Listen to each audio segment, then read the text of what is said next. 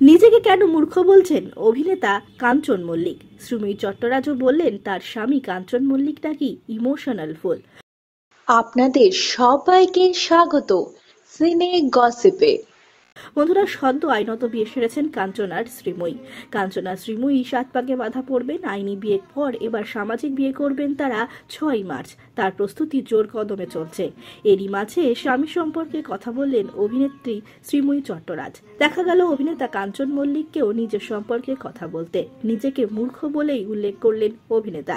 বন্ধুরা, আসলে কাঞ্চন আর শ্রীময়ীর বিয়ের পর থেকে তাদেরকে কেন্দ্র করে বিভিন্ন হাসি আর কি চলছে সামাজিক মাধ্যমে। এই বিষয়টিকে কেন্দ্র করে প্রশ্ন করা হয় অভিনেতাকে।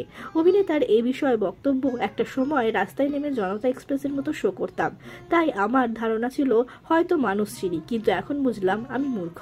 এখন বিক্রির যুগ। নিজের ব্যক্তিগত জীবনকে মানুষ সোশ্যাল মিডিয়ায় বেচতে শুরু করেছেন, আর যখন আর কিছু বেচার থাকে না তখন নেগেটিভ কথা আর অশ্লীল মন্তব্য চলতেই থাকে। জনপ্রিয় সংবাদ মাধ্যমে মুখোমুখি হলেন কাঞ্চনের সদ্য বিবাহিতা স্ত্রী শ্রীময়ী চট্টরাজ। শ্রীময়ী চট্টরাজকে জিজ্ঞেস করা হয় কাঞ্চনের ভালো মন্দ সম্পর্কে। এই বিষয়ে অভিনেত্রী অনেক কথাই খোলসা করেছেন এই সাক্ষাৎকারে। কাঞ্চনের কোন বিষয়টা সব থেকে ভালো লাগে শ্রীময়ীর? এ বিষয়ে অভিনেত্রীর কথা, ভালো লাগা যেটা সেটা হলো ভীষণ কেয়ারিং, ওর মধ্যে ফাদারলি বিষয়টা রয়েছে। আরও একটা ভালো বিষয় হলো ভীষণ অর্গানাইজড, ভীষণ গোছানো একটা মানুষ।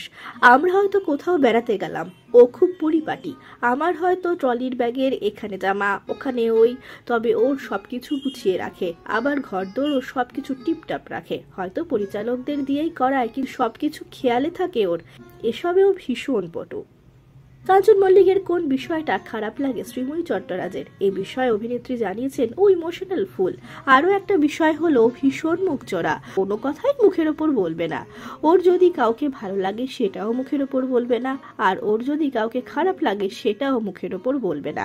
শ্রীময়ী চট্টরাজ আরও জানান, কাঞ্চন আসলে বাইরের জগৎ ভালোবাসে না, ও পার্টি করতে পছন্দ করে না বিশেষ। ও বাড়িতে থাকতে ভালোবাসে, বই পড়তে, ওয়েব সিরিজ দেখতেই ভালোবাসে। কাঞ্চনের স্ত্রীর কথায়, কাঞ্চন মল্লিক কাজের ক্ষেত্রে সময় মেনে চললেও খাওয়া দাওয়ার ক্ষেত্রে সেটা করেন না। কিছুদিন আগেই বাড়িতে প্রেশার ফল করে মাথা ঘুরে পড়ে গিয়েছিলেন কাঞ্চন।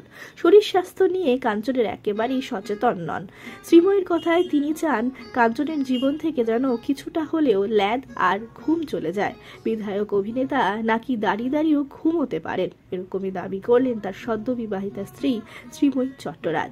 শ্রীময়ী আর কাঞ্চন নিজেদের জীবন নিজেদের মতো করে শুরু করেছেন। খুব শীঘ্রই তারা 7 পাকে বাধা পড়বেন, যাবেন ছাদনাতলায়। 6 মার্চ পার্ক স্ট্রিটের একটি অভিজাত হোটেলে ধুমধাম করে হতে চলেছে তাদের বিয়ের অনুষ্ঠান। বিনোদন জগতের আরো অনেক খবর নিয়ে চটজলদি ফিরছি, জুড়ে থাকুন আমাদের সঙ্গে। আমরা হলাম সিনে গসিপ, জুড়ে থাকুন আমাদের সঙ্গে। সাবস্ক্রাইব করুন আমাদের এই ইউটিউব চ্যানেলটি।